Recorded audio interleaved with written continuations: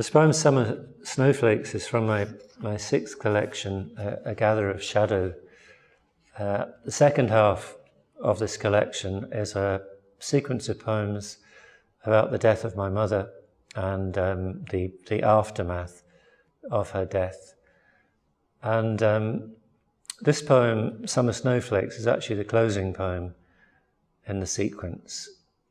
And there is a kind of a narrative in the sequence. It follows a chronological order, but I was very keen not to achieve closure, as they say now, at the end of this sequence. I didn't want it to be, one day I woke up and everything was all right, because I didn't think that would be true to life or true to this particular case.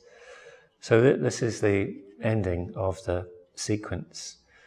Summer snowflakes are, I suppose, like a kind of giant snowdrop, about a 3-foot high snowdrop, which they grow in water, and you'd often get vast amounts of them growing together. They're known by different names. They'll be known by a different name in England, where I'm from, where my mother was from.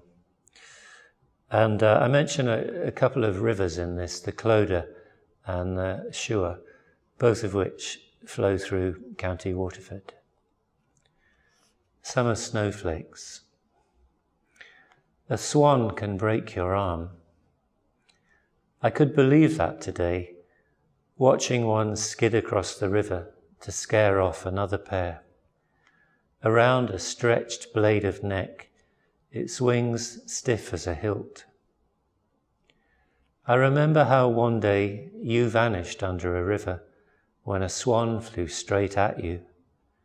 And I wish you could resurface here, climb into the canoe and come with us up the Clodagh to see the summer snowflakes.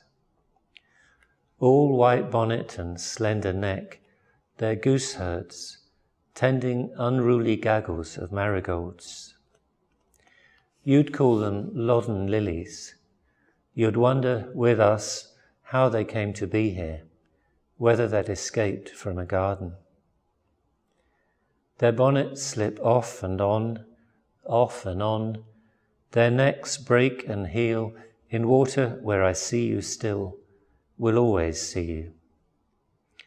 How fresh the river's breath when we return to the Suir, and how innocent it seems, that empty, gleaming reach.